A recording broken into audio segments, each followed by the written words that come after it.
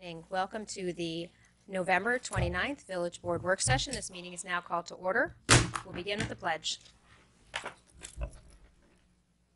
Pledge allegiance to the flag of the United States of America and to the republic for which it stands, one nation, under God, indivisible, with liberty and justice for all.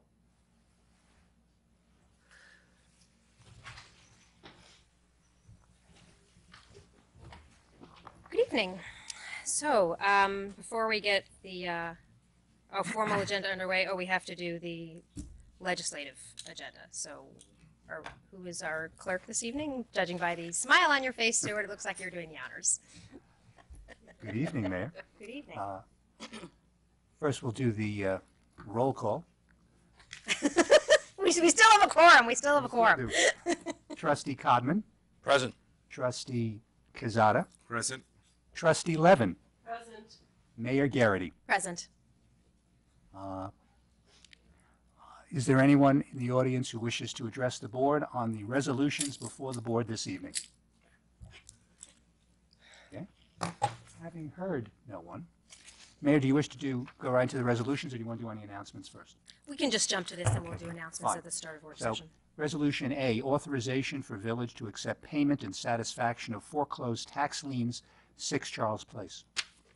Whereas in accordance with Ossining Village Charter, Article 4, the village treasurer is charged with the duty of collecting real property taxes from persons named in the tax roll, and in accordance with New York State Real Property Tax Law, Section 1110, the village treasurer has the authority, on or before the expiration of the applicable redemption period, to accept payment of real property taxes from such persons, along with all charges authorized by law for real property subject to delinquent tax liens. And whereas the applicable redemption period expired as of June 12, 2017 for the 2014 real property taxes, which had become delinquent tax liens in May 2015, and with such expiration of the redemption period, the treasurer has no authority without action by the Board of Trustees to accept further payments. And whereas, notwithstanding the expiration of such redemption period, the representative of the property owner for certain real property located in the village at 6 Charles Place has provided sufficient proof of 1, an ability to pay in full all taxes and assessments against the subject property to bring the account up to date, and 2, the ability to make a full and complete settlement in satisfaction of the foreclosed delinquent tax lien. Now therefore be it resolved that the Village of Ossining Board of Trustees hereby authorizes and directs the treasurer to accept payment in an amount sufficient to pay in full the total amount, including any interest, penalties, and other charges authorized by law, of the real property taxes and any tax liens, both pending and foreclosed, for property located at 6 Charles Place, Section Block and Lot 89.16-4-33, in the Village of Ossining, and authorizes any and all necessary filings or notifications to evidence a release of said liens against the real property. Do I have a motion? So moved. Second. On the board? Sir. Just so I understand, usually when these things happen, they're going to be up to date on their taxes. That is correct. So they're going to be current. Yes.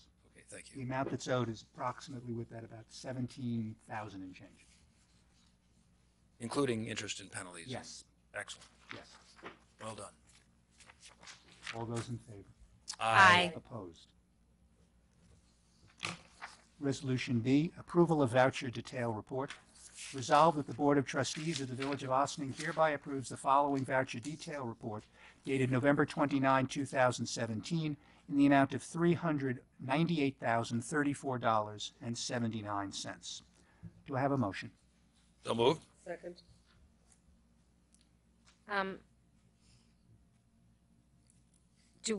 This is an unusual voucher detail report, unusually brief, I will. and unusually directed at 1 or 2 vendors. Is there a little explanation for this for us as to?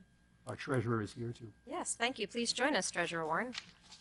Thank you. Good evening, Mayor, members of the Board of Trustees. These were, at least, well, 4 of them were items that we felt couldn't wait until next week. The first one was payment to the contractor that paved the streets. And in order for us to submit a CHIPS claim reimbursement, we need to have a canceled check. So DPW asked if we could expedite issuance of the check to the vendor. And I believe the invoice was actually dated back in October. Work's been done a long time ago, but we wanted to get the check to the vendor so he could cash it and we could have it because we need to submit the canceled check to the state in order to receive our CHIPS reimbursement. And CHIPS reimbursements is only done quarterly, so we wanted to get this done by I think the deadline is the middle of December. For the 3 IFCA claims, under the terms of the affordable housing program grant that we have, the work needs to be done on these houses by the end of December. And due to, I guess, not fully understanding what our deadline dates are, we'd actually received these invoices the day after the last board meeting, the legislative board meeting, and we needed them the Friday before in order to get them before the board. This is actually work done through October, and we wanted to make sure that payment got to the contractor so that the work could continue and have the work done by the end of December. Yeah, and we have to pay IFCA, and then they turn around and they pay the contractor. And then the Power Authority was just for an accounting issue. Under Munis, if we waited until December to present this bill, then it would be in our general ledger in December, and we wanted to take advantage of the fact that we were going to ask bills to be paid so that we could actually have this Power Authority bill on our accounting records in November. Okay. All right. Thank you very much for that. Thank you. Are we into, did we make a motion? Made the Second? motion, it was first and second. All right. All in those favor? Aye. Aye. Opposed? Do you have a motion to adjourn the legislative session to go into work session? So moved. All in favor? Aye. Okay. So now we can do some announcements. First, I will just invite everyone to join us on Friday, this Friday, December 1st, for the tree lighting. The tree will actually be lit sometime after 6 o'clock. And you are welcome to join us down there at around that time. Certainly be there by 6 o'clock because you don't want to miss the big countdown to the tree lighting. And then we'll have lots of music and carols and a visit from a very special gentleman who's coming all the way down from the North Pole riding in on a fire truck.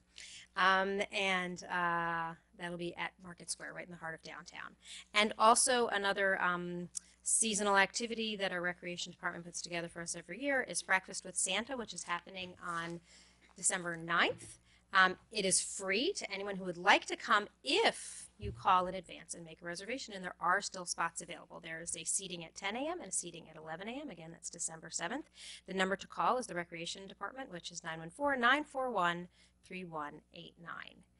And I will make a verbal announcement for anyone who was anticipating that we'd be discussing feral cats tonight. We are not able to have that conversation tonight. The gentleman from the Humane Society who had intended to come and talk with us about how we might be able to improve our TNR, the Trap, Neuter, Return program, the implementation of it, the coordination of it, how we can make that even better. He's not able to be here with us, but we look forward to scheduling a meeting with him and hopefully with the SPCA as well, who are our local partners that we actually work with. And I'll clarify for folks, and Debbie, you'll correct me if I misrepresent anything, but this program is the trapping part of it and the administration portion of the first steps of what animals are going to go to the SPCA is handled by the Village Management Office, and then any enforcement and implementation may then after the fact may be handled by Animal Control, which is part of the police department. And so Village Management and the police department have been continuing to talk with volunteers and community organizations about the feral cats and their conditions right now. And we continue to receive information and concerns and emails from folks, and you are certainly welcome to email us at any time. We'll certainly let everybody know when we do have the meeting scheduled with the Humane Society and the SPCA, which may be in January. Did I miss anything No, you did really great. Thank you. key? Okay. Anybody else with announcements? Sir? Want to remind everybody, we have a second Saturday in December, and that means jazz here in Ossining at the Elks Lodge. Very excited about the show on December 9th at 7:30. Jerry Malkin, his quartet is going to play with Ossining's Ingrid Jensen, who's a world-class trumpet player. And, well, one of the great things for her, she'll be able to walk to work. It's just down the hill from where she lives, so that'll be great. But it'll be a great evening of jazz. The second Saturday Jazz Series is had some wonderful success, and we've had a chance to bring a lot of great local Hudson Valley jazz artists together. So that's December 9th, 7:30, the Ossining Elks Lodge on Croton Avenue. Thanks. And in the spirit of all the holidays, there's going to be at Market Square a menorah lighting. It lasts 8 days. First day's the 12th, so I think on the 12th there'll be a gathering. There'll be latkes, lots of fried food basically, and donuts. I think they're bringing in chocolate, all the good stuff in life. And I believe it's at 6 p.m. And there will be. I can't announce the surprise because I haven't gotten confirmation about the surprise. So all are welcome. It's open to everyone in the community, and that's on Tuesday, 6 p.m. And I'm a big fan of latkes, and I do enjoy that. We've done a couple of years here in Ossining, so thank you for reminding everybody about that. I'll put on my documentary discussion series hat for a moment, and it's December 7th, which is next Thursday. Join us at 6:30 p.m. at the Ossining Public Library. And this month's screening is called Dramatic Escape. You may have seen it on PBS recently. It is a story that takes place right here in Ossining at Sing Sing Prison. It's a look at rehabilitation through the arts, and they focus on a particular play that was done recently, A Few Good Men, and it's going to be a fantastic panel, including the director who works with rehabilitation through the arts from that particular program that was in the documentary, as well as one of the alumni who has been part of the rehabilitation through the arts and is obviously now released from Sing Sing. And the other panelists, those of us who participated in the workshop with for the Bloomberg Philanthropies, the Mayor's Challenge. Remember Elias? Well, I got to talking with him, and his passion outside of doing consulting work with municipalities for the Bloomberg Philanthropies is rehabilitation and criminal justice. And he works with the Center for Justice at Columbia, and he's going to be the other panelist. So it's going to be a really great program. Join us next Thursday at 7 o'clock at the Ossining Public Library. Did you have something? Cool. Right. Manager McDonald, will you Yes, ma'am. lead us, please? I will. Thank you. So I asked Lynn to be here today. I left with you some information that she was able to get, and we just printed it off today. But it was on the issue that we talked about for the fees in lieu of affordable housing. And so I asked her to come, and she's the one that had a conversation with Rose Noonan, and talked over what had been done in the past, and these are documents from 2006 when this analysis was done, but I asked her to come and give you an update and a tentative proposal for if you want to look at changing those rates, what that would look like, and I'm just gonna turn it over to Lynn. Thank you. Okay, thank you. So let me just get organized here. So basically the current buyout fees are for a studio, $75,000. For a 1-bedroom, it's $150,000. For a 2-bedroom, it's $200,000, and a 3-bedroom, it's $240,000. Those fees were. Excuse me, I don't mean to interrupt, but I think I wanted to just create a little more clarity for those that Sure. are watching, so they actually understand the fees that we're actually talking about. My understanding is these are affordable housing opt-out fees that developers would pay in lieu of not participating in our set-aside for affordable housing here in the village. I just wanted to, I hope that's the right thing. I just wanted to clarify that so that people watching would understand what we're saying and talking about the current state and what we're looking at for the future. Thanks. No problem. That is correct. Sorry. I didn't clarify that. There's only been one developer, I believe, who's actually chosen this route, and then it went back the other way. So in 2006, there was an analysis done before the village actually accepted all of its affordable housing policies and legislations. And with this analysis, the analysis was done with a cost of construction at $185 a square foot. And based on a rough analysis and a conversation with the executive director of the Housing Action Council, who has seen multiple market rate and affordable housing developments in recent years, the cost for today is more in the range of $250 to $275 a square foot. And then we also did a calculation to include the soft costs and reserves and working capital at 22%. So when you do the math for that difference, we assumed a current construction cost at the low end of $250. It's about $65 more than it was in 2006. And with the 22%, the additional cost for a studio in today's numbers would be an additional $47,580, and that would bring the total proposed fee to $122,580. And that's with the assumption, as it was at the time in 2006, that a studio would be 600 square feet.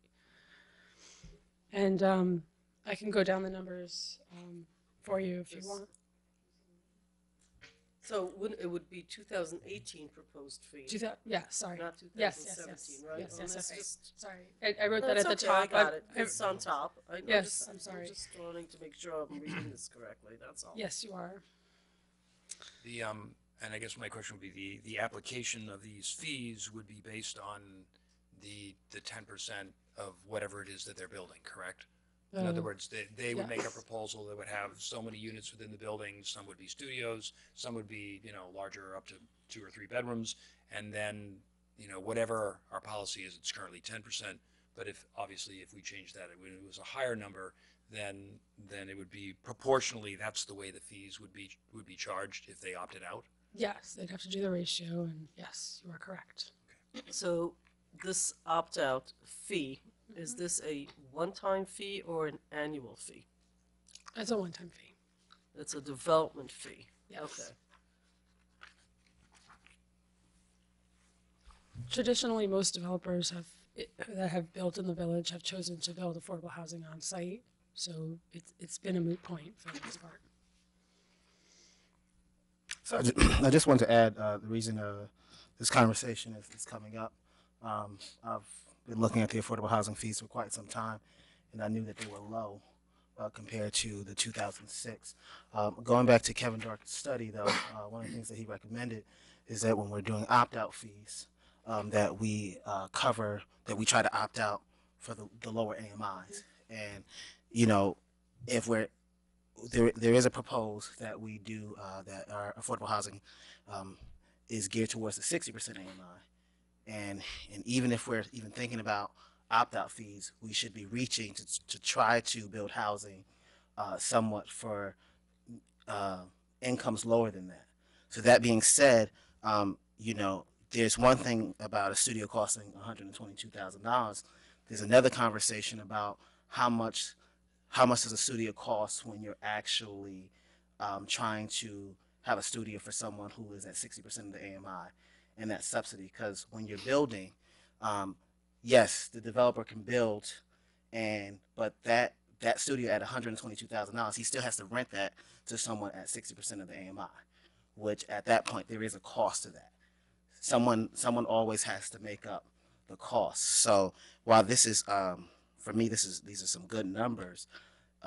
If you could go and talk to Rose Nunez about trying to cover some of that subsidy at the 60% AMI or even at the lower numbers. Because last week I recommended just one fee that would just allow, it wouldn't matter what the units are, and within that fee there would be some costs to cover that apartment at a lower AMI. Because the developer is, if it's a studio at 60% AMI or a 3-bedroom at 60% AMI, and if at market rate, a 3-bedroom is 3,200, but we're asking him to have this market rate apartment at say $1,400 for a 3-bedroom. There's a gap, and someone has to cover that gap. And if a developer says, okay, I don't want to cover that gap, I'd rather opt out, then we could use that money to build that kind of housing using other state grants and blah blah blah blah blah. That was the whole idea. Do you understand what I'm saying? And Rose was on vacation and we didn't connect until late today. So we accounted for that, but it's not in the numbers because we didn't do that math out. There just wasn't time for that. But these are the numbers from 2006 are assuming 80% AMI at 2006 AMI, 80% AMI, which is way lower than what 2017's AMI was for Westchester. So, and we're waiting for 2018 from HUD. So, yes, you are correct. This is this number doesn't account for what you're looking for. Basically, though, I can either take 10%. I have 100 units I'm building. 10 of those units, let's not worry about sizing right now. 10 of those units should be set aside. 10%. 10, well, it's He's 100 100 units. units. I'm sorry. Yes. 10 of those Sorry, units, just, Imagine just breaking it down. And if I were the developer, and let's say, for the sake of argument, I said, I only want to do 5, or I don't want to do that. We then turn around and say, well, if you don't want to do the 10 units, you have to give us 10 times whatever the fee is. Correct? Yes? No, you paid. Oh, yes, you can pay the fee Correct? 10 times. Yeah, one for Yeah, each 10 unit. times whatever the fee is. It's the mill. So my problem with doing that is that it totally avoids the idea of opportunity costs, right? So if I were the developer, I will always pay out because I make money every year for X number of years. I don't make the money once on the value, right? It's 12 months. I multiply it out. It seems lowballing it. I mean, it all depends what the fees are designed to do. If we want to set up, you and I have had this conversation. So pricing is a strategic element in marketing. It isn't like something to cover things. That's not how pricing strategies work. Pricing is a statement about what you want to happen. So if our desire is that people set aside 10%, if it becomes 20, we do have to account for that to make sure it's not locked in at 10%. If that changes with us or other boards, there has to be a conversation about that. But if we don't want developers to buy out, then we have to make this number very high. Because for us to then go and do something with the money, we're going to have a lot of money. It's not $100,000 in Westchester, seriously, is not getting us anything. If the idea is to give a developer, flexibility, fine. Then we use another kind of formula. If a community says, if they buy it out, they put in a fund, we use it to do other things with it. So we, I think, have to be, I'm not saying it at this moment, but the pricing scenario should have a meaning. And I think the way this is done, the cost of development, totally misses out on the opportunity cost. Not from a developer's point of view, but from what's involved, how we would use, what we would do, applying for grants, getting grants, not getting grants. I mean, the whole thing. It's almost like that formula doesn't make sense to me from a total business point of view. And I would ask that you actually have Ms. Noonan look at it. Maybe it's just that they use a formula and that's just the way it is. So they're giving us a formula. And then we are going to have to sit as a board and decide what we want to do with that information. I think we can agree that the numbers are just too low. But where we go is a different issue. So I appreciate that this is a good bar. And I do like Montal's idea of units versus sitting here and measuring, 3 units of this size. It's just so complicated. So to answer your question, she pointed out several things that there is no exact science to coming up with these buyout numbers. It's a municipality has to make its own decisions of what its goals and objectives are for the buyout, whether that's to actually, avoid them paying the fees and building on site, making it so that's a determination we have to make. And the other comment that she made to me is that in recent years, she's seen many more developers actually build on site the affordable housing or in the community in some way because it's just much more practical and they find it creates a better development at the end of the day. So while there are buyout fees, and she's seen a lot of developments go through, she hasn't seen as many people opt to do the buyout fees. And the other thing that she pointed out is that the Village of Hastings has a unique model, which actually doesn't set a fee, but allows for the board, when it sees the project, to look at each project individually and set a fee that they feel is appropriate. And that's another direction that the board could take should it think that that's appropriate. Well, that certainly helps with the board having the ability to look at recessions and depressions and volatility in marketplaces rather than setting a policy every year, but actually, or areas of communities where they say, man, let's price it low or let's price it high because that's what we want to accomplish. So, I mean, that's sort of interesting. That's great stuff. Just had a quick question, Sure. and probably I missed it because I was trying to read some of the information in here. So, just as a general, the 2006, the square footage was 185. 2017, you put an average of 250 to 275. Did you say, where did you get those numbers from? It was a memo that No, I get the 185, but the 250 and 275. so for it was a 2017. rough estimate that she gave me based on what the recent developments. It's not an exact science, just off the cuff. Yeah, because if you ask a contractor, they can give you lower numbers than that, or average before the 200, depending on the finishes and stuff like that. So I kind of like the Hastings you said concept. Yeah. I like that a lot because I agree with Rika because that's something that the board can look at. You know, prices of construction go up every year. If we put a fee or a number attached to that, to the square footage, I think we lack it unless the board Update our is fee going to schedule every year, update, too. every year. Literally, that's what will have to happen if that's the case. But I think I like the concept of coming into the board and the board sort of making that type of decision, and depending on the particular project, obviously. So I can get you a copy of the model law if you'd like. That's a Hastings model. There's a straight line model. Any other models we should be thinking about that There's you can point to? Well, there's multiple communities. I mean, everyone does things a little differently. you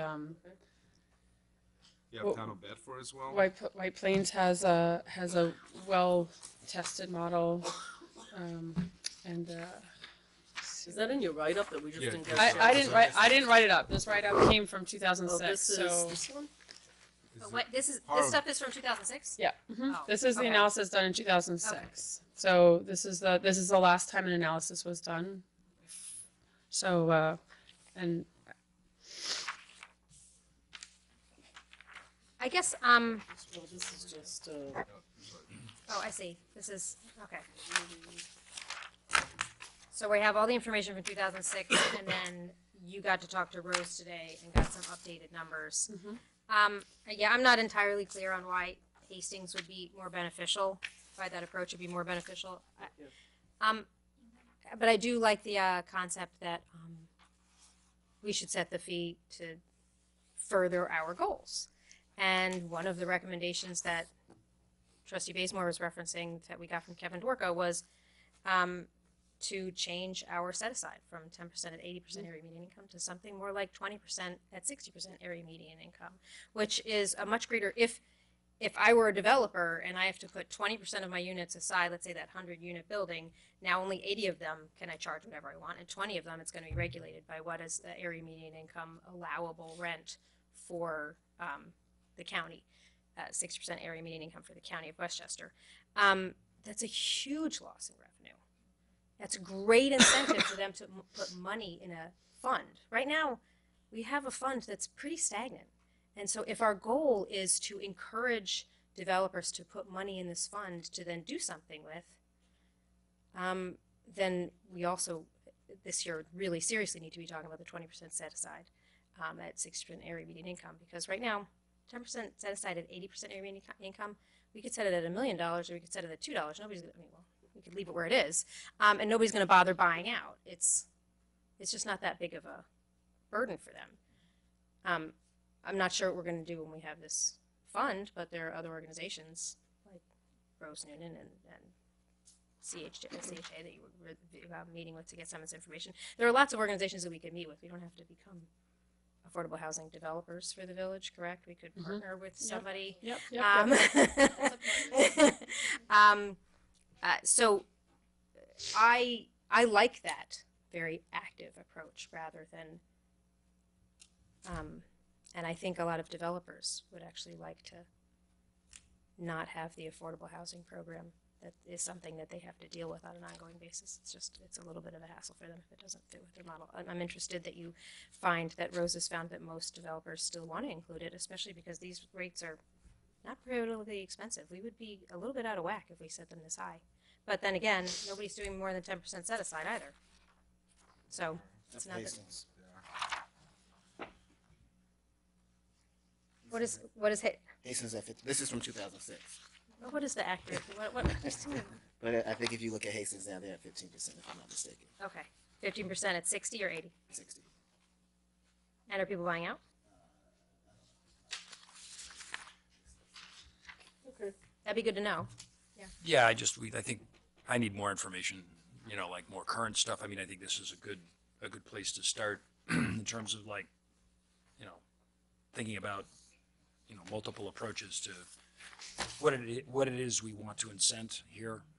I think that's what Rika was saying is, when you put these things together, you're either going to drive people in one direction or another, and so we need to decide if we want to have a really big bucket of money that we're going to use towards either converting existing housing to affordable, or whether we're going to have new construction or whatever.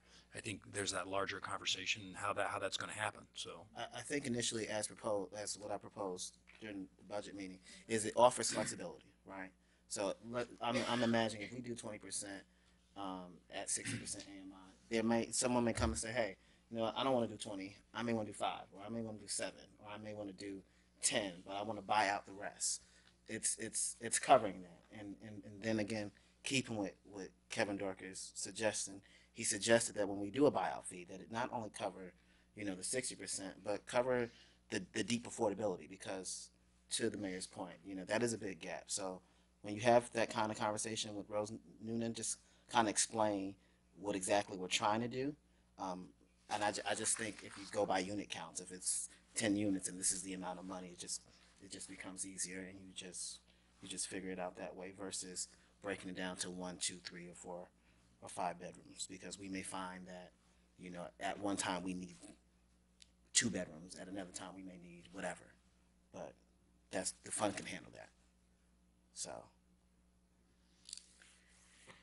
So what I'm hearing is that we need more discussion on what our goals are going to be. The purpose of having this discussion today was for the board to decide whether you wanted to change your fees and the fee schedule for the adopted budget.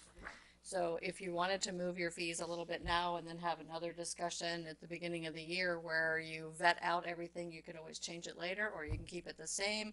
But in the fee schedule, which you would be adopting with the budget, we needed to know whether you wanted to change it. So thank you, Lynn, for pulling all this together. I really appreciate it. It just kind of gives you an idea of where it is, and it's really up to you whether you want to change it now or just wait until we vet it further. It's your proposal, yeah, so I have no problem with changing it now, because but to what? To what's being recommended proposed yeah, here? I mean, sure. I mean, at least, at least if people can't get behind the original idea. Well, even if we get behind the original idea, you'd have to give us a number, You did. I did which is what? 350. Oh, I didn't hear the Yeah. 250. Every unit regardless says Yeah, 350. exactly. No, I heard 250, but okay.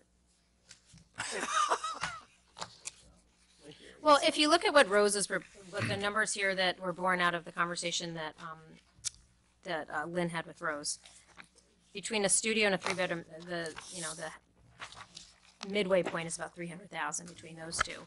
But these numbers don't appear to take into account the deep discount or the loss of revenue. It's just the construction cost.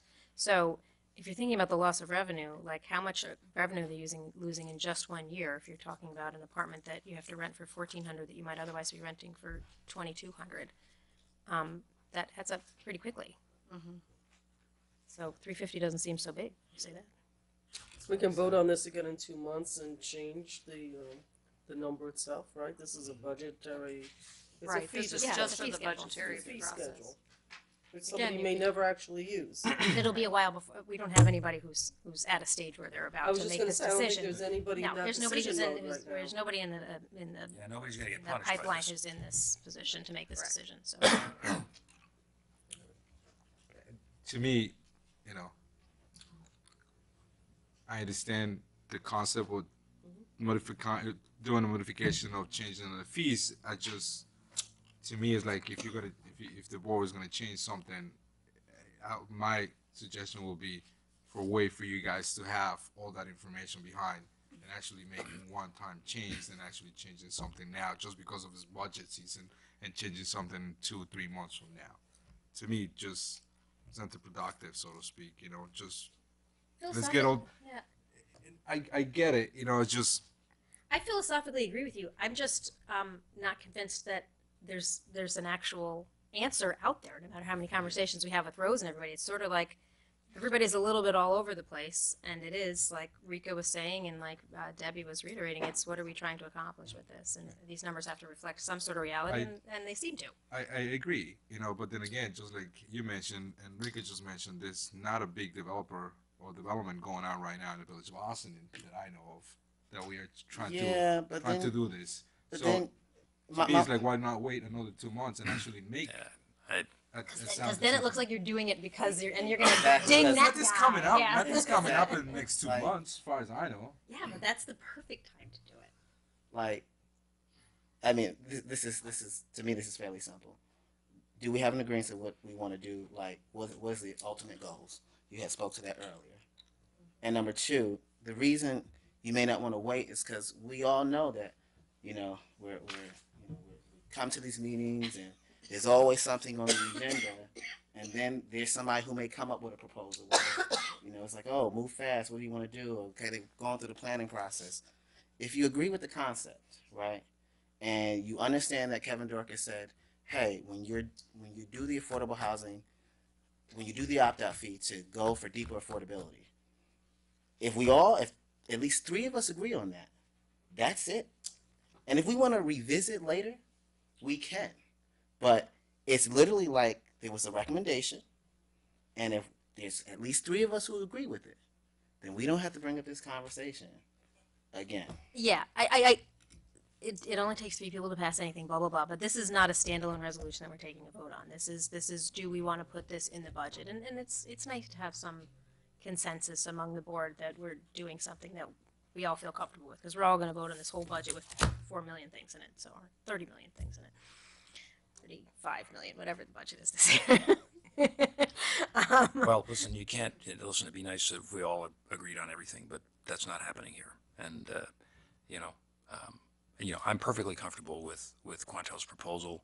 I think if we decide to do this, we're planting our flag. We're saying that this is something that we acknowledge is important, that affordable housing needs to be at 60% AMI, and we also acknowledge the fact that that's a big lift.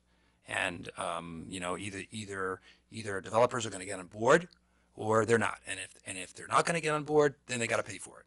And, this is about getting real affordable housing, here in our village. And as far as I'm concerned, the 350 may last for 2 months or 2 years, but I would be perfectly comfortable making this part of the budget We're right not now. actually discussing 60% AMI. We're not doing. The question on the table is How much? time to change a fee. Yeah. What do you want to change it to? So none of the percentages are being discussed about 10, 15, 20 or anything else, and none of the AMI. All that you're asking is fee discussion. What do you want to go up to? So I looked at the 335 plus the average rent on 2-bedroom and what it called. It's just about $10,000 differential just in a year. So probably I would have gone 335 times 345. You want to do 350? It's at the high end. I don't have a problem with that, and I like the idea of per unit because we have spent hours of our life with developers who sit there rearranging like a big puzzle, and junior 1-bedroom and senior 3 and half bedrooms, and the closet is on the left, so it doesn't really count. I mean, I can't believe how the games. Unit is a unit. It's got the front door. Anything behind it makes it a unit. So I actually prefer that process, frankly. And you know, we'll set that up, and the first developer that comes and tells us we're crazy and it's not fair and it's, you know, not doable, we'll have to listen, because the idea here is to have a balance. This is about balancing a community, not about, you know, every expert that comes to us and tells us, right? So if a developer comes to us and says, you know, you people are crazy, let me tell you why, and they make sense, we're going to have to change it as well, right? So I'm comfortable with it. 350, looking at a unit, not the bedroom sizes and all that. That answers your fee request that's on the table, I think. And nothing else. I mean, for me, that's what I would go with. And again, with the concept, I don't disagree with Oh. looking at this. I just think that the board needs to look at the whole picture, but that's okay. You do need 3 votes, and you got 4. I'm not saying that I'm not in favor of this. I'm just saying that I think You think the it'll board should be looking into this as a big picture goal itself, not just as a fee. I agree with you. So Stuart, quick question.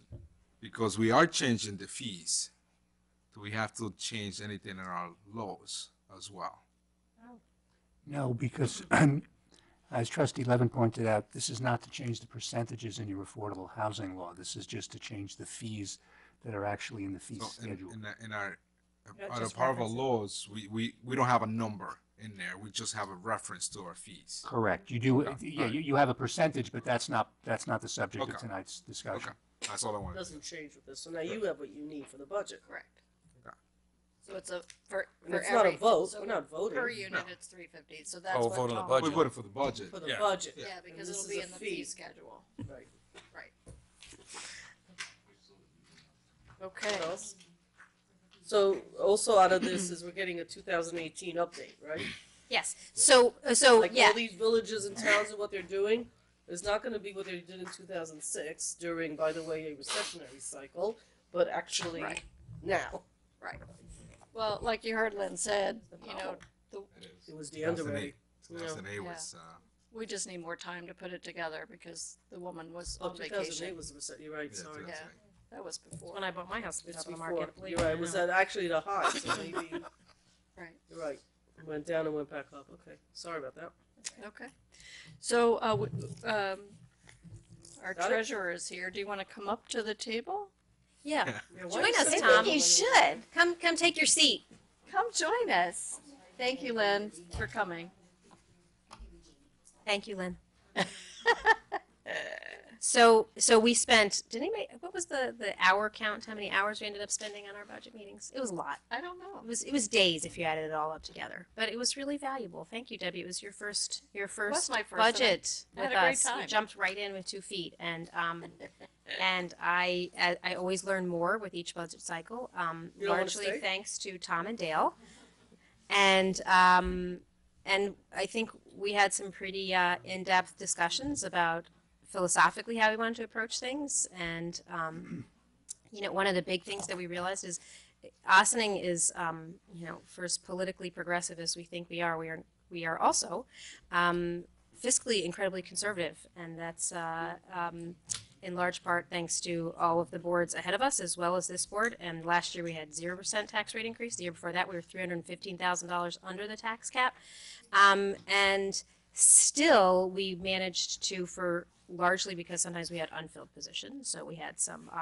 salary and benefits that didn't get expended, so we had some surplus, meaning we didn't expend all of the tax levy that we had raised for the last couple of years, which and we have a really healthy fund balance, so that had us looking at the budget, the final numbers, a little differently this year. And when we left our last meetings last week, you and Tom and Dale went back and crunched all the last numbers of what makes sense to pay for out of the fund balance and what should be included in the tax levy. And so that's why we get to have tonight's meeting. So thank you very much. And we have some emails that I'm probably going to print something up because I never got to look at it in the hard copy while we're talking. But I will stop talking now. I just wanted to. May I make a bring request? people up to 'Cause, speed. Tom had brought something up. There was one brief item we wanted to discuss, I think, before we got into the budget, which dealt with the tax lien resolution.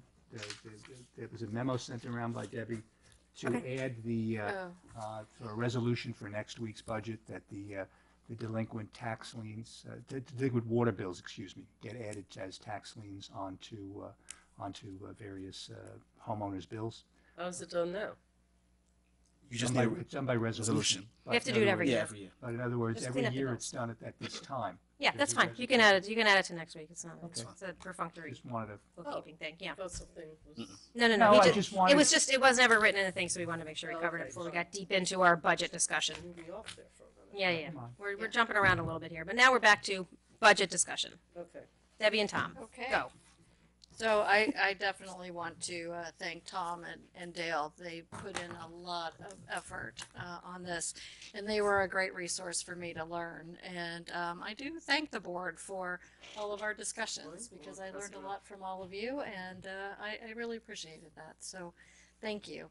The numbers that we sent out to you a couple of days ago were the results of all of the discussions that we had, and it gives you a final number, and I was hoping that you had time to look it over and that maybe you just had questions about it. And Tom, I don't know if you have anything else you want to share. I just want to make sure this is what was sent, or this is different. Yeah, What's this is, happening? this is the email that was sent yesterday. Okay, you did not make any changes from yesterday. Oh, I'm sorry, this was sent on Monday. No changes. We're just getting, okay.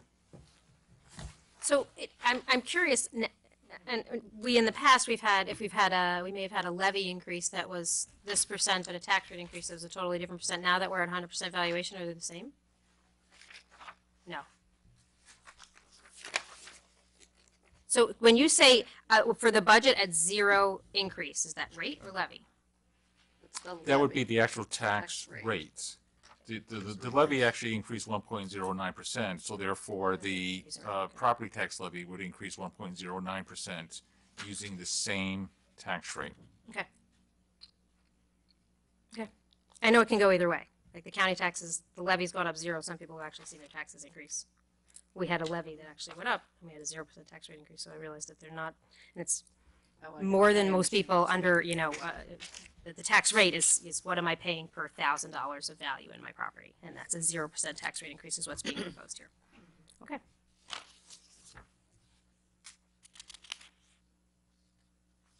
So I'm not sure what you want me to go over. Actually, if you could People have questions. just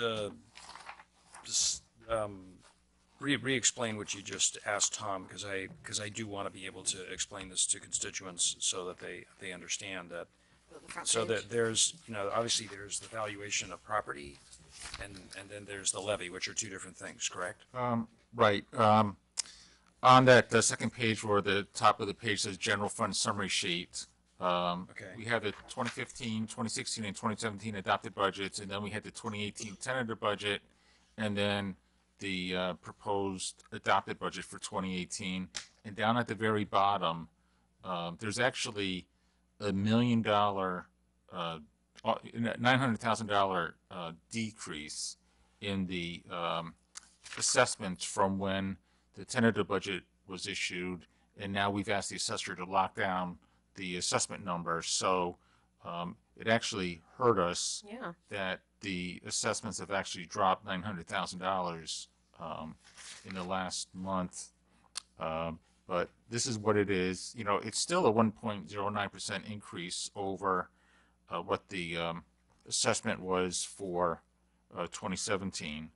So that's providing an additional, it looks like it's about $350,000 in additional property taxes just for the increase in the,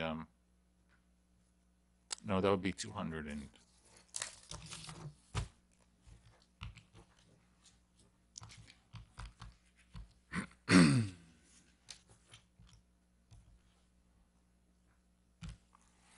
It's about $238,000 in additional taxes that we'll be able to levy just due to that 1.09% increase in the total overall assessments, which is at full value, and with the tax rate still staying at the same $10.8492 per thousand assessed valuation between the 2017 adopted budget in this proposed 2018 adopted budget. Okay. And the 2016 looks so funny. 2016 Because it looks was- funny it was because the- that was the before last the year reval, yeah. that we were at the Yeah. old assessments, which was at 5.65% of full value, and down below we had converted the $111 million assessment to be $1.97 billion at that 5.65% equalization rate. No, I particularly noticed it because since we had a 0% tax rate increase from 16 to 17, that number would be the same if the valuation were in the same stratosphere, but it's a totally different assessed value that we were dealing with that year, so it's not the same number.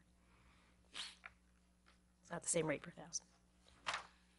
So at the end of the day, the tax rate for 2018 is the same tax rate as 2017. That's correct. And the same tax rate as 2016. Yes.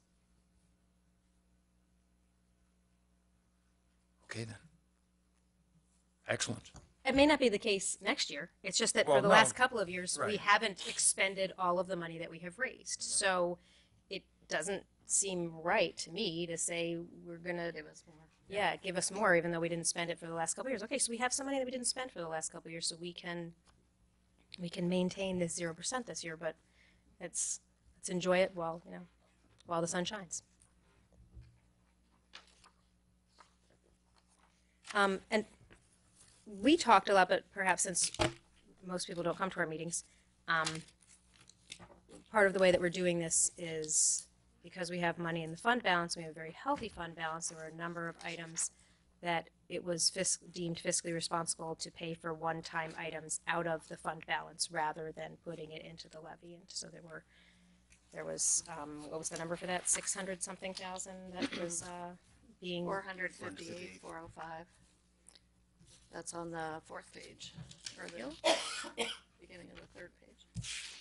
That's actually about a $300,000 increase from the tentative budget when we went through and added additional one-time increases to the budget to be paid for from fund balance, which seemed to be a good use of surplus fund balance to use it for a one-time expenditure instead of using it for a recurring expenditure.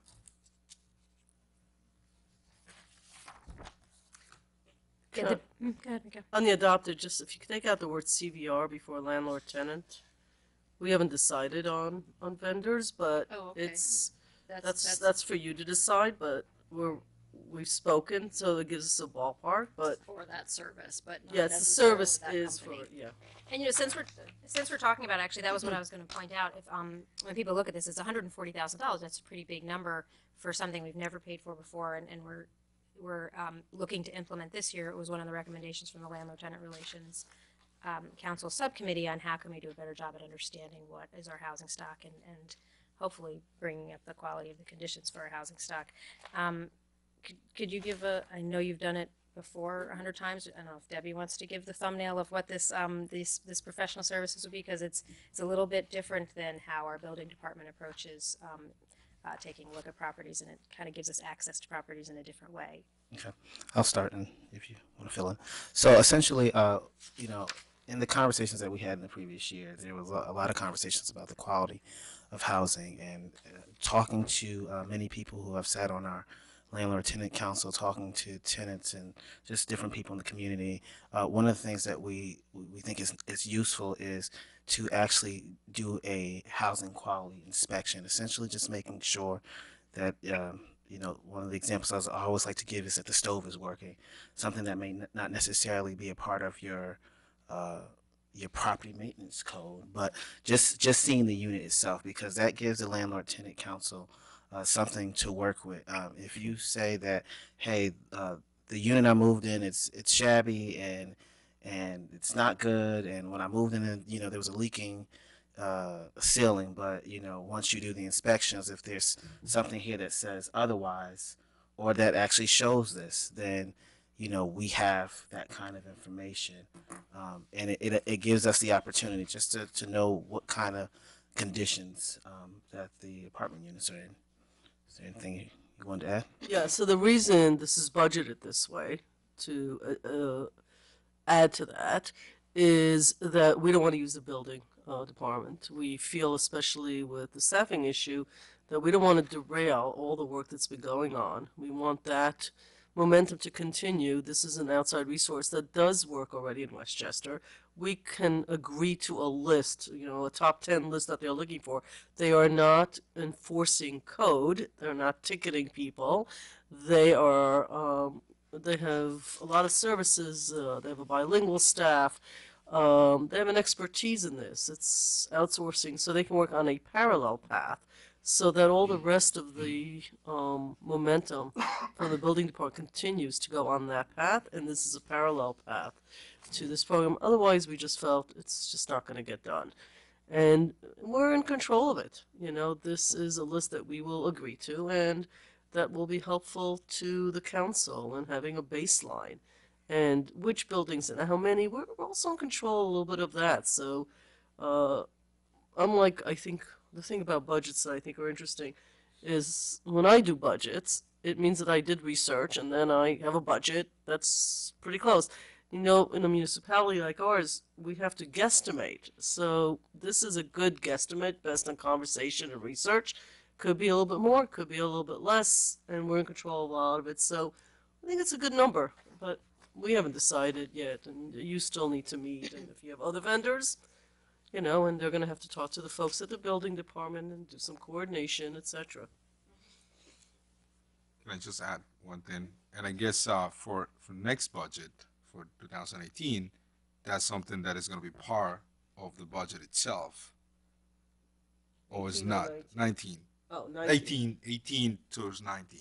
Well, I'm sorry. It would seem to me that you start, and we're budgeting now, so if we're able to start this sooner, I know you haven't had a chance to meet with them. I mean, you've done some work, but, and I think at some point you do an analysis and say, yeah, this is what we had in mind. I just Now want, you have to sort of budget Like a it. pilot year. correct. You could call it that, but- yeah. Yes, to see how much that is going to be used and how's that going to work, the program itself. But I just want the public to understand that this is a program that's going to be a continuous program every year. It could be. It could It become could be, Okay. yeah. All right.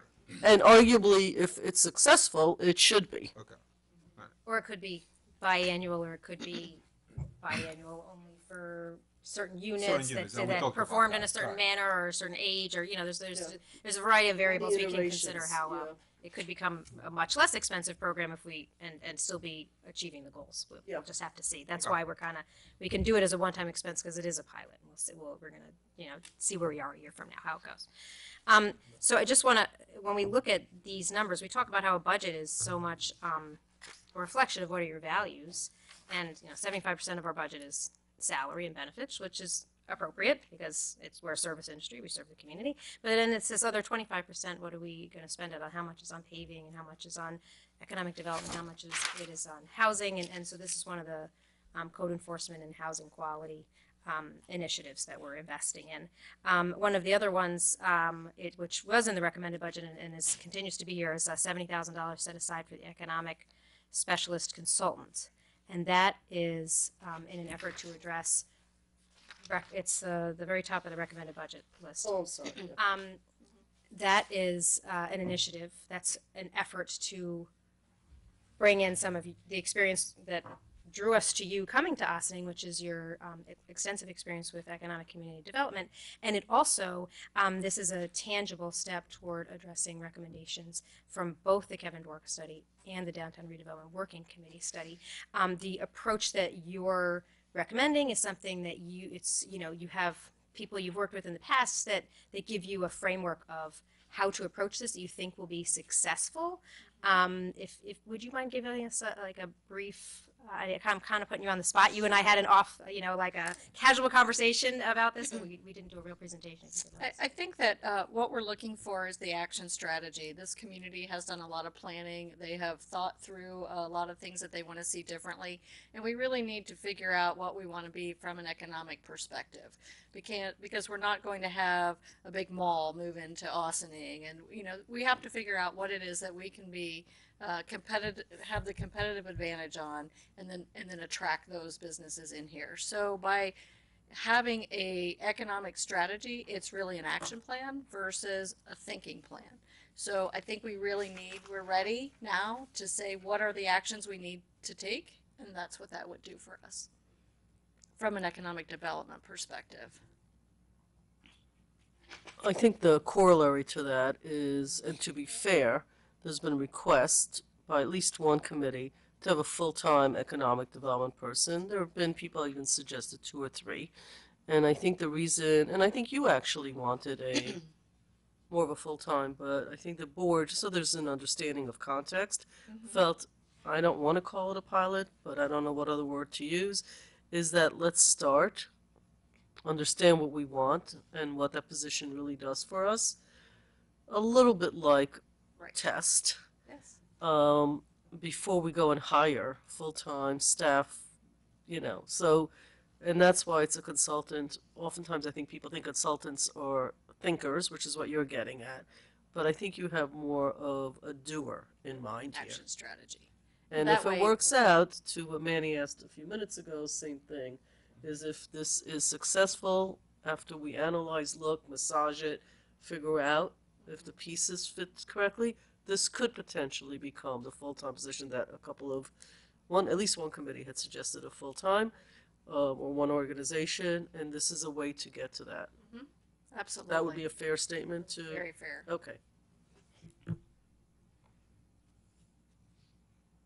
Please. Yeah, I wanted to point to some important things that are going to happen in the budget this year. One is that there's no change in our debt service, and that's very important. One of the things that we decided to do is there are a lot of capital items, vehicles, and other pieces of equipment and other items that were part of the capital plan that we chose to buy those things this year and make them part of the 2017 budget. And by doing that, we really put ourselves in a good position going forward. I think that we're going to find out once we close the books on 2017. I think we're going to find out that we have probably some more money that's going to be there because of unexpended funds, and because for very well, we've been blessed with some unexpected revenue as well, and I think that my feeling and some of the things we've talked about in our budget discussions is that, and it's something that the auditor talked about, which is that when you have large sums of money that's in the general fund that's not encumbered, that if you have too much, if you have too little, there's concern. If you have too much, there's concern. So one of the discussions that we had amongst ourselves is we're thinking that at the end of this year there's going to be more money that we're going to realize, and I think we want to look at being able to set money aside for specific capital projects. We want to set money aside for debt service because we are going to borrow and we are going to buy things.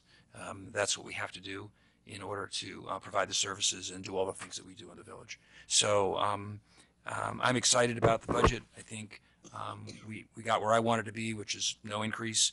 And I think we're going to continue to be able to provide the excellent services and do all the things that we're doing. And I know a lot of the monies that we're going to put in. I mean, it's something that I keep talking about, which is really continuously looking for energy savings, and that's something that's happened throughout the year. The fire department's done a lot. Andy Tees has done a great job in really looking at opportunities to continue to reduce energy costs. And in the future, I'm really hoping that the village will invest money in in solar and in other ways in which we can generate our own electricity to offset what I foresee to be gradually increasing energy prices over time. And that's the kind of thing where once you lock into a rate of energy that you can produce, that's a huge offset that benefits the village financially for literally for decades to come. So that's something that I'm very excited about. It's something that's embedded within parts of the budget. And I want to thank Tom and Dale for doing a great job. We asked we put the bar pretty high this year in terms of coming up with ways we can make this all work. And I'm very excited about next year's budget and generally the financial prospects for the village. So I just want to highlight another thing that's in this year's budget is there was a request from us that came from Alice Joslo. I'd rather just start from the beginning. Around March, the school district, Ray Sanchez, Karen LaRocca from the Austin Public Library, Miss Vernon, Shondi Speller, and eventually Alice Joslo, we begin to have meetings. Mayor Garrity, as you know, Ms. Vernon has been pushing us to really find ways to engage our youth.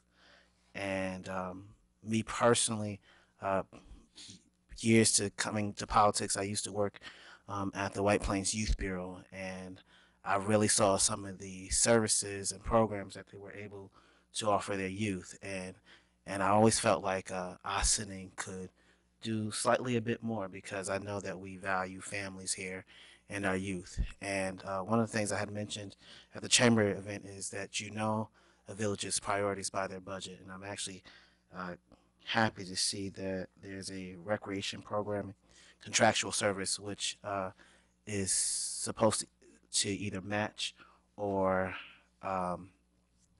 begin the program that Alice Joslo had presented to us a couple of months ago. So I just wanted to highlight that, as well as the implicit bias training, which I am just glad. I know the chief had mentioned it a couple of years ago, and I'm actually glad to see that this community that is a diverse community is looking at some of the implicit biases. We're in a time in our country where when it comes to policing, there's a lot of questions, and I'm glad that we have a police chief as well as a village board that is committed to looking at every detail when it comes to policing, at least starting that. So just a few things I wanted to highlight. I'm glad you highlighted that because I was going to mention that too. I mean, it's like $16,700 for the training, which is quite a lot for training, but in the 35 plus whatever 30 large budget, it's a blip. But it's a really exciting training. It's 4 days, small groups for everybody in the police department, and Dr. Bryant Marks is the person who's running it. And I don't know if everybody watched the links that were sent to us of his videos. Really, so compelling. I'm really very excited about it, and very glad that Chief Sylvester brought it to us and that everybody's supporting. And actually, Elias, who's on that, who we met for the workshop, he used to work for President Obama, and we were watching that video. He was the person who was organizing the whatever it was, Indianapolis or whatever the police department was for that. So I saw him there on the YouTube video. I was like, hey, I know that guy, and he'll be in Austin next week. It's Bryant Marks, Dr. Bryant Marks. If anybody wants to check him out, it's a pretty exciting person to be coming here and working with our department. I'm very pleased about that. One other thing I wanted to mention was the $150,000 set aside to review our comprehensive plan, which is definitely something that was a big focus of the Downtown Redevelopment Working Committee. We took a deep look at it, and there were most people didn't even know what a comprehensive plan was. I'm sorry, John, all the hard work you did. You can't believe how many people still don't know what it is, and certainly even people who knew what it was didn't appreciate all the value that it has. But it is time to review it. It was passed in 2009, and we've been living it for this time, and we recognize that there are some updates to be doing, particularly that can help support our economic development and our housing goals. And so I'm really pleased that we've put a significant amount of money aside to be able to do a year-long investigation of that. And then we have to have a whatever's in the comprehensive plan is a necessary foundation for then changing the zoning regulations. So if we want to update the zoning, they have to match the comprehensive plan. So That's a big one. Very pleased to see that. More questions and highlights? No, I think the two highlights in addition to what was said. I mean, I'm excited about the community center that you went down there. That just happened very recently that we just said we got to do something. But we're really increasing dramatically, even with this wonderful budget, the paving of the roads. I mean, I'm excited about that because we've all been a little bit under strain with the roads in the past couple of years. So hopefully this year we'll really be able to aggressively go after them. And also after reading a very scary article in the New York Times, Tom, about, with the new tax laws that may or may not pass soon, there were lots of towns and cities worried about ratings for their bonds. And so thank you and Dale for also making sure that we have the right reserves, the right portfolio, the right expenditures, the right timing of everything. So it's really important when we need to borrow money that our rating is as high as it has been and continues to be based on portfolio management. Not always the most exciting topic, but really one of the most important when you manage a village. When you need to borrow, you want to do it at absolutely the best rate. And all the political changes that occur and don't occur, if your bond rating is really strong, then you're in a really great position. So thanks for that. As conservative as you are, it's a good thing in these situations. So those were just the two that I think haven't been mentioned, but I think is for me really important that we got sort of different pieces of the pie here. I guess I should say something. So, Everyone's kind of looking at me. Budget. well, only Gotta get because Number 6. This is Yeah, the let big it one. slide. should be saying yay. I don't know about that. Probably taking off some days later on next year to just come in and be part of the budget, I guess, if I really, really feel like it. Everybody says that. Believe me, Now if I he'll- say it, I'll be here. I'll Now be here. You'll be here, sitting Right. right in one of Not- those it's chairs. not about I look forward to that, man. one of the I things sit that there. one of the things that I remember when I first got involved many years ago, they said, as everybody else in these chairs sit here through the years, they said it's a part-time job. We meet 4 times a month, and that's pretty much it. Well, that's not true. We do meet in public at these meetings 4 times a week, but we do a lot more than just meeting here. We talk to community members. We talk to pretty much I think since I've been part of the board, every single board member has been very involved in different aspects of the community, different topics in relations to what Austining is and what Austining will become pretty soon. Especially the past couple of years now, I think that the energy in the board and the different changes within ourselves have engaged to a different mentality, I want to say, because things, not just in the village, but national-wise, everything is changing. I think we are definitely in the right path, and a lot of the things that you have seen and that you will see, there's going to be that's part of this budget. I think is going to help our community to be in a better place. It is my last budget. Never know, maybe in 10 years from now, if I'm still around and run again, you never know. Maybe, I don't know. But it's actually it was a tough budget. We started, I think, with give a couple more gray hairs to Tom and Dale, maybe a few more. No, you have no gray hairs. I think I saw a couple of them, Tom. I know you were looking at the mirror early today. But it definitely is always fun. It's always interesting. Different opinions. Like John said before, we all have our opinions. We all have a preference in how we see our village to move forward.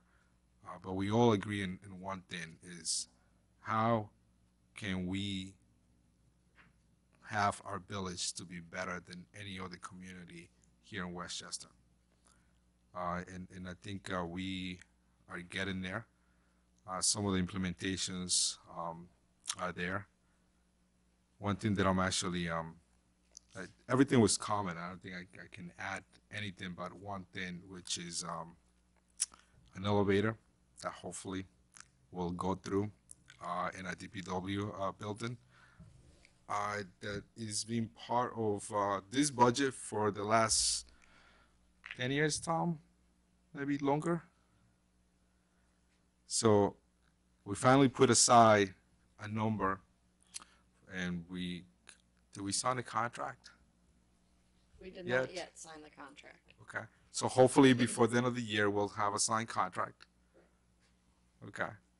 So maybe we'll get something on the design phase and an elevator that is actually needed for a building that is well used for our employees and our members of the community, which is part of the building planning department, DPW site, and other stuff. It's not just an elevator; it's a lot more than that. Just keep watching. There's at some point there's going to be some submissions coming in front of the board itself. So, but I'm really, really happy, and thank you, Tom, thank you, Dale, and thank you to the rest of the board members to actually have accomplished something that I think we can say we did a good job at 2017 going forward to 2018. So thank you.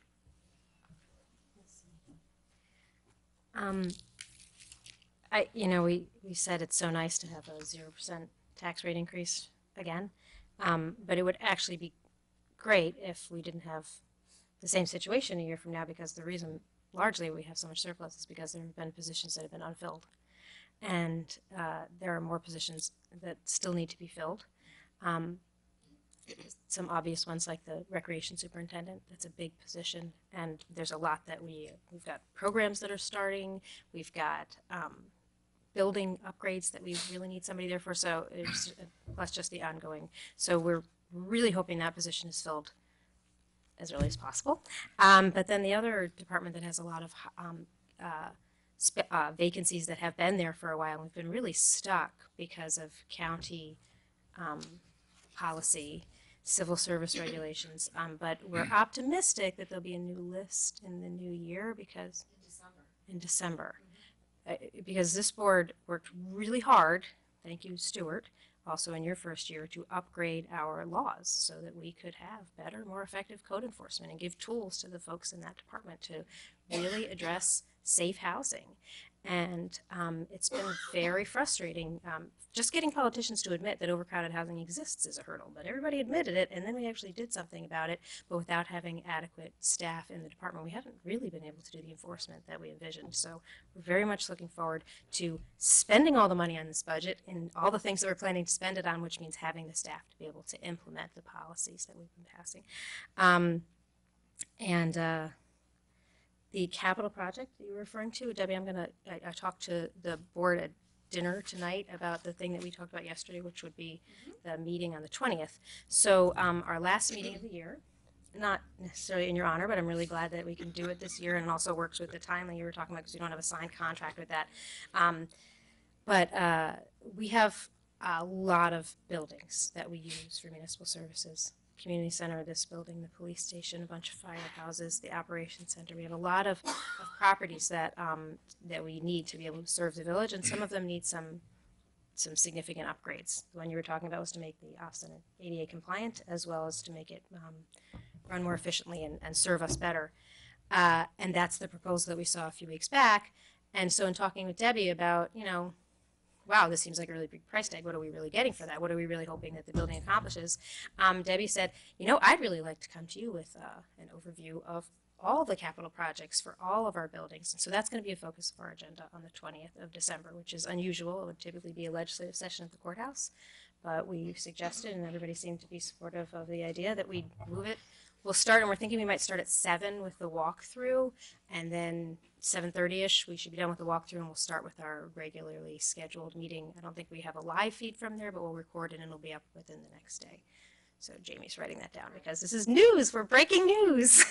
December 20th, Village Board meeting, the special location.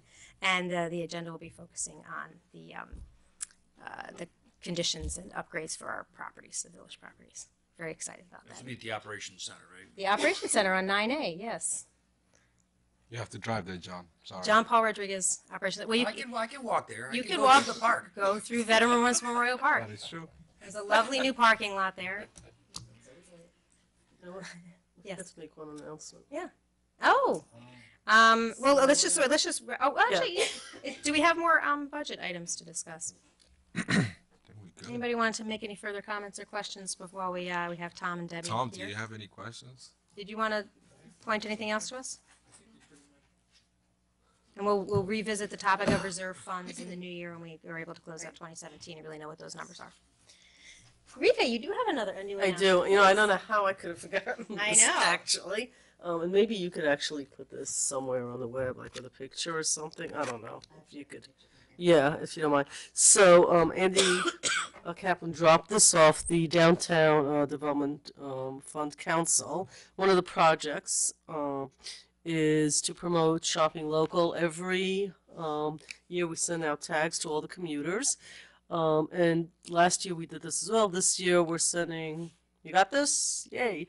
We're sending these cards and they'll be available to the commuters via the mail they get when they get their tags to shop at different venues in downtown, restaurants, and I think it's mostly restaurants, but there's a bunch of different stores on here. And they'll also be available at the community center here in Village Town Hall. And anybody that wants it probably can call the village manager's office and get them. Look like this. No? The clerk's office. The clerk's office, excuse me. Clerk's office. And you can get your own, and these give you discounts all year round, multiple uses for shopping. So thank you to Downtown Fund Council, and you'll get this out as well on the website, so that'll be great. Very nice. Effective immediately. We have one more thing. Please. Oh. So we want to give you an update on where we are with Ossining Bucks. Oh, and yeah. see Ah.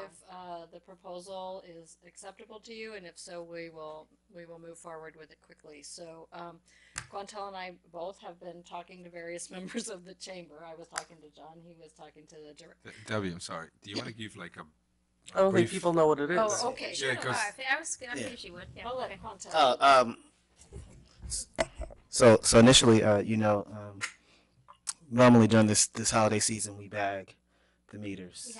We have for several years, and with conversations with the chamber, and definitely, and I definitely share the same sentiments. They felt that there was just another effective way that we could encourage shopping in the downtown area. And while we were sitting here thinking about alternatives, during the meeting, Rika had talked about Ossining Bucks, which was great because that's actually something that the downtown redevelopment working committee had actually suggested, sort of in their presentation. Ithaca Dollars is different. Okay. But yeah, Okay. But yes, yes. So very similar in the same vein, and we've been between Gail, John, and the village manager. Part of the thing is number one, finding participating businesses, and then actually just finish, and then also distributing the money. And so the question was, there was one idea where it's, you get an Ossining Bucks, which is like a $10 voucher for every for $50 purchase. Or one of the things, one of my concerns was, well, if there's only certain businesses that would make sense. Like if you're at a deli, right? I don't expect you to spend $50 at the deli in order to get $10 off. So being mindful, I was like, well, maybe there's a way where we can have $5 certificates, and then either some of us distribute them, kind of use the recreation, maybe the seniors that go to the senior program at the rec, pass them out there, find different ways to pass them out, maybe at the Hanukkah celebration if they're ready. Farmers market, to be able to pass out these bucks where you can use at participating businesses, and then going through the chamber would be the way that they would actually redeem it for cash. Right, so if we distribute the certificates, we would make $1,005 certificates. We would hand them to individuals. The businesses would have a plaque in their window that would say, "We support Austining Bucks," and that way you could go into that business. That's how you'd know that business was participating. And then at the end of the season, the business would turn those all into the chamber and get reimbursed for the $5. You look confused. I didn't, how is the chamber, where are they getting the $5,000 from? From us. From us. So And then we're partnering with them to administer the program. And so the chamber is actually going out and soliciting from all Village of Austining businesses, regardless of your chamber member or not. He's going to every one of them to see if they want to participate. And then he's designing the brochure and the tickets and having them printed. So we talked over how we could do that with the village funds, and it's best if we partner with someone else to do that so that we can have a partnership agreement and pay that agreement to them. So And when does the season end? When does it start and end? so we talked today about it starting December 1st through the 24th, but I'm not sure how quickly we can get all that stuff. We're in Printed 29. Yeah. We can do the 29th if you want. That's No, fine. no, you No, no. got, like 36 When hours. are to they get going to done. be ready? Yeah, I know. So I know that the chamber has already been out trying to get businesses involved in this, and they're excited. So he's spending a lot of time doing it. But we needed that partnership in order for the funds to flow properly. So do we need to sign something with them, Stuart? If you when Debbie's talking about a We partnership, will do if we you- have to have something in writing? If you're going to be basically giving them money, you'd want to have some agreement. with that. Contract, right? But before we draw it up, we wanted to make sure you were okay with it. Yeah. So not a downtown thing. It's all village, All- the entire village, right?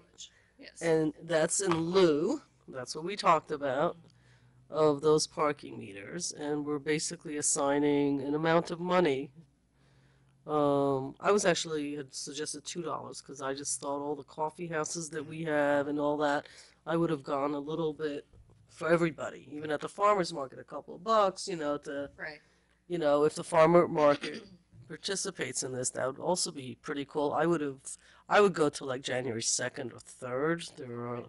It's just people are off and they might, this is too, We still want people coming down to Yeah, any of the businesses. yeah, in it our could community. be any of the businesses on 133, right? So it could be any of the restaurants, whatever. Yeah. So it's only for those that participate. So those people should sign up. I would have thought that we would have a list of businesses in Austining, in the village of Austining, that the village manager's office could also just write one letter to and say, please participate, contact, whatever, or do that. But So the reason I went to the chamber is because they already have a database of all their Oh, no, no. members. and In addition to. we didn't have the time to put that in together. addition to, it wouldn't be, because not all people, as you said, they're not all members. Right, And they he's shouldn't going to feel everyone. like, understand, but it's a membership organization. We don't have a database of the businesses, is what you're saying. Okay, We do not. okay. And we really wanted to get this out. No, it's So a lot if of, the board feels that you would rather have a smaller ticket, we can make more tickets. But the total amount would be about 5,000. 5,000? Do we agree on that? Or you? We how did didn't. you She's just- making No, the you- recommendation. You're Right, saying $5,000? Right. Because $5,000 in the Austining Bucks, and then what's the anticipated cost of the whole program? 7,500, because that's what we would have brought in. No, so how much you paying to have that brochure printed up and Oh, I don't know. whatever? We'll reimburse whatever the cost is, but our total budget is 7,500. So we figured that if we spent the 5,000 and did it in the coupons, then we would have that buffer of however much it is. We're not going to spend it all if we don't have Right. to. No, that's fine. I'm just wondering, but there are other things, like there's printing costs. There's I mean, printing- is yes. this chamber charging an administration Nope. fee? They're not. They shouldn't be. Nope. And I mean, these things So it's cost a whatever- couple of, this is like 180, I think it was, or Yeah. 220, so it can't be much more than this. These are like double-sided, Right. four-color laminated, Yeah. Yeah. Probably the same printer. I mean, he did it And very so the way quickly. we can advertise it is they're gonna they have a graphic designer that works with them, and they're gonna do the brochure up for us. And so then we can blast it out, everyone can share it on their Facebooks or whatever, Okay. other social media. We can put it on the web blast, Chamber will put it on their chamber blast, so that, there's ways that we can get the information out to people that this is available. And then it will be kind of a partnership with everybody. I think the chamber even said they'd ask their members to hand out hand out the coupons as well. So Well, there's only 1,000 of them, right? if we do $5, now if you go to 2, then we can make more, or $2.50, or Well, It's up to you. we want them all to be distributed. I don't think it's that hard to give money away. right, right. And, And everybody's happy to and do whatever it. and whatever we give away, the reality is Yes. that not all of them will be used, right? Some of them are So, going to get lost in it. No, I mean, we had discussed actually at the budget meeting, that's a great opportunity Right. for everybody here to get a handful and go to the constituents and just say, hey, here you go. Right. One per person. We're not going to give a stack full to an individual, obviously. So so I go in, it's whatever, if we decide $2, $5, $3, whatever. I go in, I get a cup of coffee somewhere, they deduct that, nobody gets money back, so it's deducted from the total bill, and they hold on to it, and then on the 10th of January, whatever the date is, they submit it to the chamber, and my place of business has $125 of these, and I get a check for $125. Correct. Okay, Good for me. pretty straightforward. Tom, were you part of the conversation in handling the Money? well, basically, Chambers being a pass-through for us. Usually we're a pass-through for organizations, but That's fine. Well, you're asking him. I only was part of the conversation as to how this could be done, since I knew that the village couldn't be in my office handing out money to people turning in these coupons. You got scared. But I mean, I think this works out really well. Yeah, we can't print currency. No. That's, we really can't Well, do that. let's work on that for next year, though, shall we? No, I think it's great. I don't want to have an hour discussion of 5, 4, 3, 2, or 1, but does anybody Yes, have any I'm good. thoughts? I think $5 the sounds 5 right is to everybody? fine. $5 is fine. And I love this idea. I'm very excited about it. There's no ethical concerns about. Are you The gonna village start? Are giving you gonna money out? start giving people ideas or what? Stuart? I'm just wondering if our legal counsel made sure that we were not doing anything inappropriate. Why? Your legal counsel is only hearing this the first time, so Oh, I would rather, I don't see it initially, but give me till morning. Perfect. And I'll come Meanwhile, up with work some on it. problem. If it is okay, I would suggest a resolution of the board next week so that so that they can enter into an agreement with the Chamber of Commerce to make the program all okay. Okay, It's but you can economic still move development. forward and work on it. You Sure. can still move. So you're not going to be able to do it from December 1st. You'll probably have to do like a December 7th to January 7th, something like that. Right. Our meeting is the 6th, so.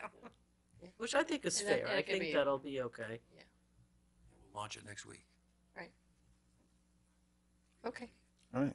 Great idea, Rika. Oh, I'm glad somebody listens to me. Nobody at home does. So my fellow colleagues on the board. Now I'm excited. I mean, I did want my picture in the center That becomes a ethical problem. in the resolution, but aside from that, I think we're good. No, I think this is really exciting. I'm glad we're partnering. I was hoping maybe even the taxis. I mean, I really wanted it to be something that businesses are involved with and that everybody participates. And if it works, this could be something. Because I covering the meters was becoming problematic for people.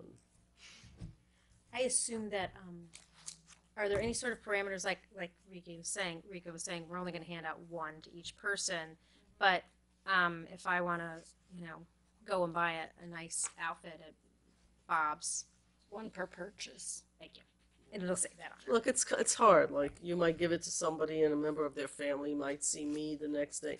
But let's just look. Right, but only 1 can be used for purchase. 1 Yeah. per purchase. And the stores, they're going to manage that, and that's it. So $5, you'll be producing 1,000 of them. It's $5,000.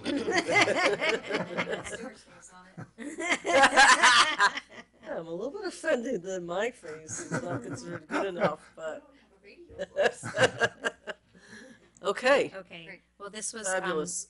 lovely. Thank you, everybody, for our final meeting of November on this lovely fifth Wednesday, because we did take off Thanksgiving Eve. We were able to still squeeze in 4 meetings this month, but we are planning to only have 3 meetings next month. We might need to have a little housekeeping meeting that last week with a quorum if we need to pass some perfunctory resolutions, but basically we'll be focusing on passing our budget, which we discussed at length tonight at next week's legislative session at the courthouse. Then on the 13th, we'll be back here starting at 7 o'clock. There will be a scoping session, and that is going to be a pretty lengthy, extensive discussion. It could be. I've arranged for a court reporter. Excellent. Okay. We also have 2 public hearings next week on the local laws 8 and 9 regarding noise and term limits. Great. Oh. And then the one other item that's on the agenda right now is Jerry Fiola is planning to come. He knows that we have a scoping session, and he is somebody who certainly is aware of what scoping sessions are. So on the 13th, yes, he will be coming and giving us an update on all of the really exciting progress of the Sing Sing Prison Museum project. And then on the 20th, we, as of tonight, decided that we're going to have a special time and location. We'll start at 7 o'clock and do a walkthrough of the Operations Center, which is the current project that we're considering for a major upgrade of the building. But then Debbie's going to lead us through an overview of all of our buildings and all those capital projects in the near and distant future. So very excited about that. And then that'll take us to the end of 2017. So with that, do we have a motion to adjourn to executive session for discussions of Personnel as well as matters relating to pending litigation. So moved. Second. all in favor? Aye. Aye. And with that, we say thank you very much. We look forward to seeing you next week at the police court facility when we will get to vote on our 2018 budget.